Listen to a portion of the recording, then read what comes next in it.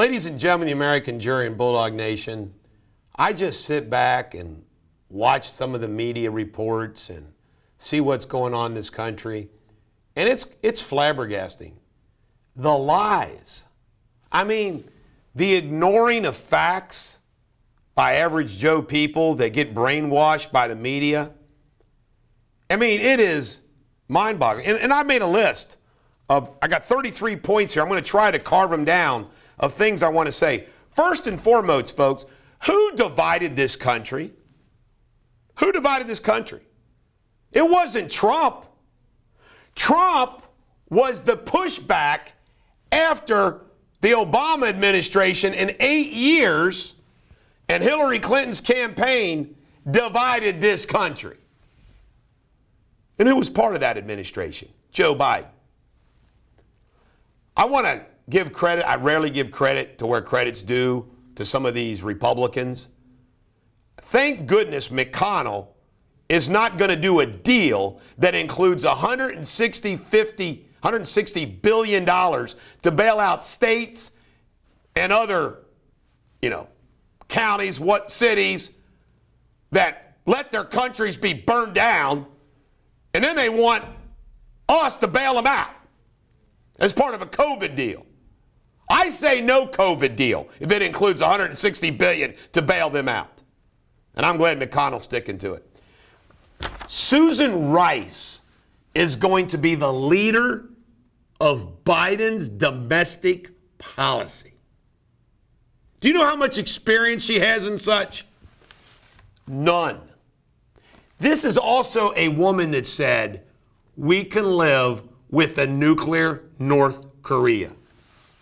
She also lied like hell on national television about everything. Where's the media on that? You know what? I was thinking about this. All you people who voted for Joe Biden, especially those women in the suburbs, you voted for Joe Biden for the same reason that we have a participation trophy for everything. Well, Donald Trump's a meanie. Joe Biden's a nice guy. He'll give everybody a trophy. I thought about that over the weekend, kind of funny. Here's something that I've pounded before and I'm going to keep pounding. I Googled this. I admit I got this from Google.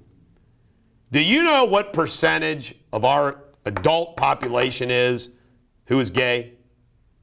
4.5%. Do you know what the entire children and adult population of blacks are? 13.4%. 4.5%, 13.4%. Have you noticed? You cannot watch a television show. You cannot watch a television commercial. You cannot watch a movie that puts race and gay down our throats.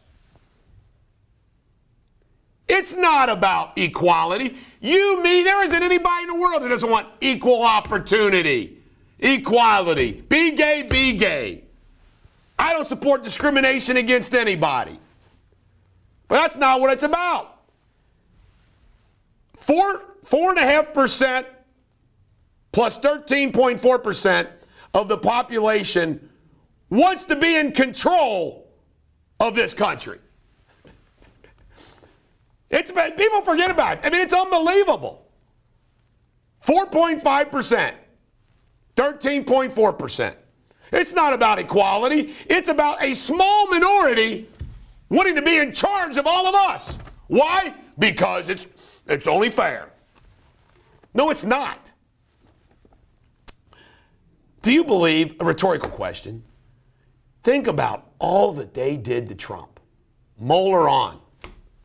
70 million people still voted for him. Half the country voted for Trump. Despite all of the negative press and all the bullshit for 4 years. That's unbelievable. I want to remind all of you that all federal workers, the Senate, the Congress, all courts, all governors, all states, all counties, all city workers during the entire pandemic, how they've adversely affected your life in 2020. Every one of them son of a bitches have been paid by your tax dollars. Think about that. What they've done to you in 2020. Every one of them have been paid. Donald Trump, there's been people that says, like Karl Rove says, you got to be careful about being a sore loser. And, maybe he needs to put the country first. Folks, what Trump is doing is putting this country freaking first. He needs to keep fighting. Something I want to, they talk about in this government, Georgia, every vote needs to be counted, every vote. They play that bullshit. Every vote needs to be counted, every vote needs to be counted. No, what they're trying to say is let corrupt votes be counted. They pound that over and over again, trying to make Republicans, every vote needs to be counted. Don't disenfranchise anybody. And they play this game where they bash. It's like that reverse psychology game. And you know what? The Republicans fall for it all the time. Barr fell for it. Barr's just Trump's enforcer. Then Barr goes, well, I'm going to try to prove him that I'm not the enforcer. I'm not going to say anything about Hunter Biden. Good job, Bill Barr. Do you believe that there are people in this country that want to defund the police, that hold high office? Defund the damn police? How crazy? How crazy is this? These cities that got destroyed in this country, the people that live in those cities are the ones that voted for Joe Biden the most. Who are these people? The mental makeup of these people is unfreaking believable. There's a big talk about whether Trump should attend the inauguration or not. How do you attend the inauguration in the swearing in of a son of a bitch that you think stole your election? See, that's the mamby-pamby world we live in. Well, you need to be a good... How can you be a good sport about it? If somebody did something really bad to a family member, would you say, that's okay? That's okay. No, you wouldn't. By the way, it's clear to me that the plan is put in motion. This is all about Kamala Harris being president of the United States. Does anybody really think that Joe Biden's going to last 4 freaking years? Really? Remember how poorly Kamala Harris did in the primaries? Trump's mistakes. Folks, I hate to admit this, but a lot of this has been brought on by Trump's mistakes. Trump had no idea how to build an administration. Do you know all the people that supported Trump in the Republican primary against Bevin in 2016 and McConnell and the rest of them? Not one of us got a job. Why? Because once Trump won, I got to be with McConnell. And what happens is, because he's a Senate leader, you know what he does? He's naive. He appoints federal judges and these people in the state. Trump ignored the people that got him there in that primary. And then he misjudged so many people about their loyalty to him. I feel sorry for the guy. He's been betrayed by more people. I don't know if you've ever had that happen to you, somebody that swears allegiance to you, and the next thing you know, they're trying to screw you. Terrible.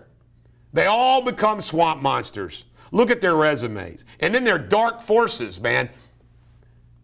The Democrats threaten and bitch.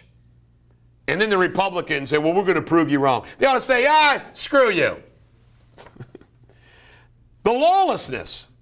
All of the people that commit these crimes, Hunter Biden, all of them, Hillary, Comey, all of them, nobody goes to jail.